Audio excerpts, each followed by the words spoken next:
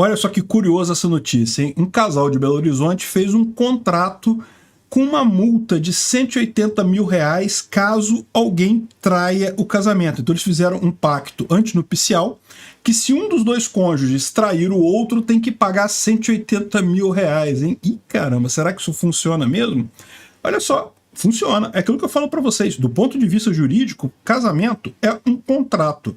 Vamos entender esse assunto. Essa notícia foi sugerida por Catarina Venenosa e várias outras pessoas. Obrigado aí ao pessoal que sugeriu a notícia. Obrigado a você que está assistindo o nosso vídeo. Se você gosta do nosso conteúdo, por favor, deixe o seu like e se inscreva aqui no canal, né?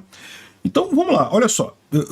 Teve uma vez que eu falei esse negócio que casamento é um contrato e muita gente ficou ofendida, falou que é muito mais do que isso, tem todo o aspecto religioso, o aspecto transcendental, metafísico, e eu concordo. Não, eu não estou dizendo que seja só um contrato. É verdade, o casamento é muito mais do que um contrato, mas do ponto de vista jurídico, no ponto de vista da lei, é um contrato, nada além de um contrato.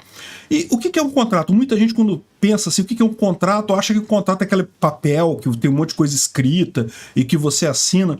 E bem, essa é a forma mais normal de um contrato, a verdade é essa. Inclusive, quando você faz um pacto antinupcial, como é o caso aqui, é exatamente isso, é um papel que o pessoal assina e coisa e tal. Mas, na verdade, o contrato é o seguinte, é um documento em que você identifica duas partes.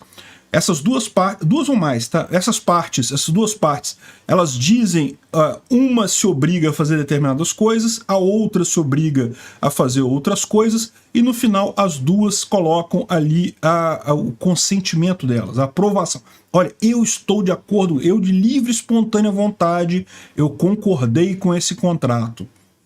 Então, isso é um contrato. Como é feito, se é falado, se sei lá, o cara rabiscou em algum lugar, se fez um vídeo, gravou um vídeo, as pessoas falando, isso não importa. O que tem que ter é a identificação das pessoas, das duas ou mais pessoas que estão fazendo parte do contrato, a lista de obrigações que cada uma dessas pessoas tem que fazer. Então, por exemplo, um contrato de compra e venda. Uma pessoa se compromete a entregar o imóvel para outra, e a outra se compromete a dar o dinheiro para aquela uma pessoa. Pronto. Compra e venda, está decidido, promessa de compra e venda. Ou contrato de, sei lá, de babá de aluguel, a babá se compromete a cuidar dos filhos da pessoa, a pessoa se compromete a dar dinheiro para babá. Pronto, contrato é isso, é obrigação de cada parte e o consentimento livre e desimpedido no final. Veja se o casamento não é exatamente isso. Você vai lá na igreja, você entra na igreja com um monte de testemunha. Testemunha, não é o nome que usa? Testemunha, os padrinhos que estão ali, né? E o padre fala assim, olha, você se compromete a ficar com ele na doença e na tristeza e... Caramba, eu já esqueci como é que é os votos, mas, né, na doença e na riqueza, não sei lá o que, você se compromete a ficar junto e coisa e tal, e pipipi, popopó, e só vai separar na hora da morte e coisa e tal. O que é isso? É um monte de obrigações que vocês estão se comprometendo ali. E aí o padre ainda pergunta, você aceita mesmo isso daí? Você tem certeza que você aceita esse negócio? Olha o consentimento. O casamento é o arquétipo do contrato, é exatamente um contrato. Identifica as pessoas, elas definem determinadas obrigações que elas vão seguir e no final elas dão o consentimento delas na frente de testemunhas para ninguém poder dizer depois que elas não se comprometeram com aquilo que foi prometido, né? Tudo bem, depois a coisa ficou mais bagunçada, esse papo de até a morte hoje em dia é meio relativo, o divórcio tá aí, um monte de gente divorciada, eu sou divorciado, enfim.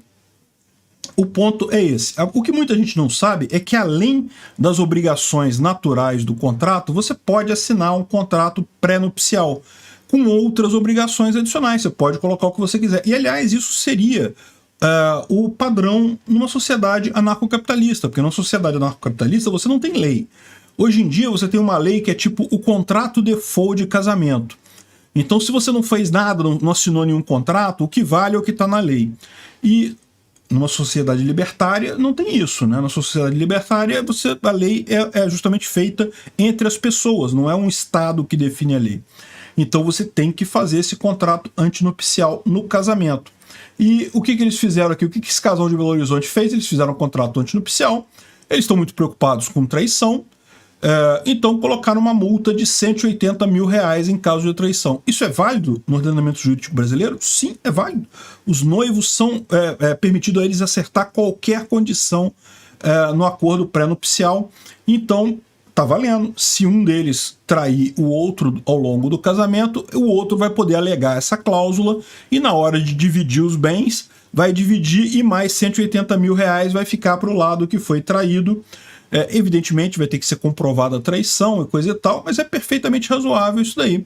Me parece uma medida bem adequada, né? Porque realmente traição é uma coisa chata. O casamento, em tese, você exige a fidelidade. Aliás, o padre fala em fidelidade lá na hora do casamento, né? Eu lembro que tinha uma parada dessa. Faz muito tempo que eu casei, gente, já esqueci a maior parte. Então, mas veja, esse é que é o problema, é o que eu falo. O casamento hoje em dia, ele entra numa lei default. Se você não faz um contrato, ele entra no default. E qual que é o default hoje em dia? Hoje em dia, o default, o que está na lei, é que traição não é crime. Então a verdade é a seguinte: se você não faz um contrato desse e o seu parceiro te trai, a verdade é que faz muito pouca diferença no final das contas. Ninguém é punido, ninguém perde nada. Então, assim, né, pode ser interessante para um casal, se eles acham isso razoável, fazer um contrato desse tipo, né? O problema do contrato antinupcial, que muitos casais enfrentam, é o seguinte: é justamente essa ideia do casamento como uma coisa transcendental, que é para toda a vida, que não vai acabar nunca. Por quê? Porque, olha só, se é para durar a vida toda, se não vai ter traição, se os dois vão ficar juntos até a morte, para que fazer contrato, né? Não é? A lógica não é essa. Quando você faz um contrato dizendo, não, vamos dividir os bens dessa forma, os filhos, a guarda dos filhos vai ser dividida dessa forma, você meio que já está prevendo que o seu casamento vai acabar, né? A verdade é essa. E isso deixa as pessoas um pouco inibidas de fazer esse tipo de contrato. Mas na prática é o que eu falo. Eu acho que é melhor fazer contrato. Melhor botar no papel ali. Por quê? Não é porque as pessoas sejam maldosas ou que a pessoa já case pensando em separar. O problema é depois fazer isso na hora da separação é que não dá. Tem que fazer antes, enquanto tá todo mundo amiguinho, todo mundo apaixonado. E início de casamento é lindo, os primeiros 2 anos, nossa senhora, que coisa deliciosa, muito bom, a coisa e tal. Depois que a coisa complica. Sinceramente, eu tenho muita inveja. Eu vejo muitos casais que dão muito certo, que conseguem ficar aí 50 anos juntos, né? Eu queria saber esse segredo. Infelizmente não deu comigo, mas quem sabe, né? Mas o negócio é o seguinte: o contrato não é ruim nesse aspecto. É o ideal, na verdade. Obrigado por assistir o vídeo até o final. Além de curtir, compartilhar e se inscrever no canal, considere se tornar patrocinador com valores a partir de R$ 1,99. Clique no botão Seja Membro abaixo para saber as condições e vantagens de patrocinar o canal. Mais informações sobre o nosso projeto, visite nossos sites indicados na tela.